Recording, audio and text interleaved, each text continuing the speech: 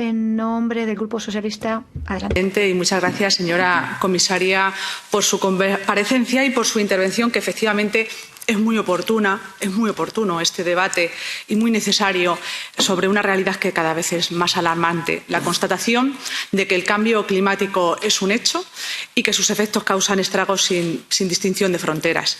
Y, por desgracia, sabemos que estos efectos seguirán aumentando en forma de fenómenos meteorológicos extremos: danas, incendios, inundaciones, aumento de temperaturas, desertificación, gota fría. Es urgente frenar el calentamiento global y el cambio climático y la emisión de gases de efecto invernadero, y es necesario materializar los compromisos del Pacto Verde Europeo y del Acuerdo de París, compromisos que tendrán un impacto a medio y largo plazo, porque no podemos obviar que Europa sigue siendo el tercer emisor de gases de efecto invernadero en el mundo, después de China y de Estados Unidos, y porque se hace necesario actuar en lo que supone un desafío mundial. Sin duda estamos en emergencia climática. Y mientras tanto, estamos hablando de medio y largo plazo, estos efectos se muestran en la actualidad como la mayor pesadilla en multitud de áreas afectadas por fenómenos adversos en toda Europa. En regiones geoclimáticas del sur y del este de Europa, como el área mediterránea y el área continental, pero también en la región atlántica, como podemos comprobar. La máxima expresión la hemos ya abordado en las intervenciones que me han precedido. Se han visto las inundaciones ocurridas en Centro Europa, con centenares de muertos y de heridos en Alemania, Bélgica, Luxemburgo, Países Bajos, etcétera, y además innumerables destrozos, además de pérdidas humanas. En Grecia, España, Francia, los incendios forestales afectando a la biodiversidad y a la economía y también al medio ambiente. Y también en el sur de Europa. En mi país, en Francia, por ejemplo, esta misma semana pasada hemos sufrido con durísima intensidad el efecto de las inundaciones y también de la dana, en Castilla-La Mancha, Aragón, Comunidad Valenciana o Cataluña, entre otras. Regiones en conjunto asoladas por inundaciones que se forman en cuestión de minutos y que dejan en el camino una devastación absoluta y un escenario de compleja recuperación. El mecanismo de protección civil de la Unión Europea es cierto que desempeña un papel fundamental y usted, señora comisaria, lo ha destacado. En esas primeras horas es muy importante. Yo quisiera aprovechar también mi intervención para significar el trabajo, para felicitar y para agradecer el magnífico trabajo que se ha realizado en los países que se han visto afectados por las peores catástrofes. Pero después de esta primera fase de ayuda y de cooperación inmediata, las zonas afectadas tienen que enfrentarse a una realidad devastadora. Lo ha dicho muy bien mi compañero Arimón.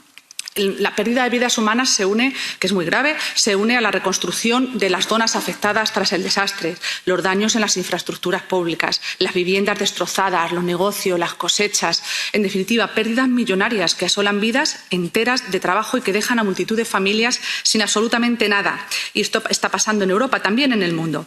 Y la realidad nos dice que no siempre llegan las ayudas y que no es fácil recuperar lo perdido, que no es fácil tasar pérdidas que son incalculables en ocasiones. Cuesta muchísimo trabajo tasar las pérdidas. ¿Cómo se levanta de nuevo una tierra devastada cuando las ayudas también tardan en llegar? Es cierto que es muy lento el proceso de adquisición o de acceso a estas ayudas, tan cierto como que son insuficientes. Efectivamente, a mí me ha gustado oírle directamente y abiertamente reconocer que no son suficientes y que sería un escenario ideal el poder encontrar, y yo es una de las cuestiones que quería trasladarle, un aumento del Fondo de Solidaridad para llegar a cubrir una realidad que es inequívoca e incuestionable y que va a seguir ahí, que es irreversible. Por lo tanto, desde aquí también le solicitamos que entre todos busquemos fórmulas para trabajar en el aumento del Fondo de Solidaridad. Estamos hablando de pérdidas de vidas humanas, de pérdida de biodiversidad y de una crisis también humanitaria y económica asociada al cambio climático. También quería preguntarle cómo podemos mejorar la gestión y la tramitación de estas ayudas, porque no es sencillo. Y también yo creo que es importante dar una respuesta certera, pues precisamente a eso, a quienes lo han perdido todo. Hay muchas familias que nos están trasladando que lo han perdido todo y no siempre están los seguros para hacer frente y, como digo, el Fondo de Solidaridad no llega en todos los casos.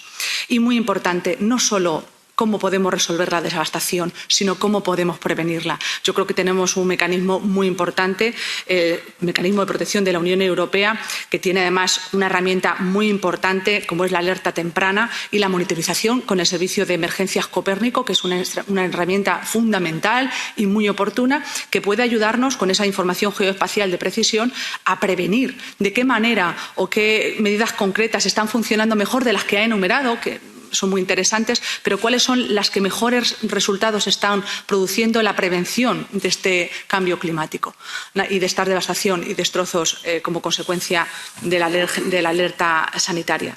Por mi parte, nada más y muchas gracias por su presencia aquí.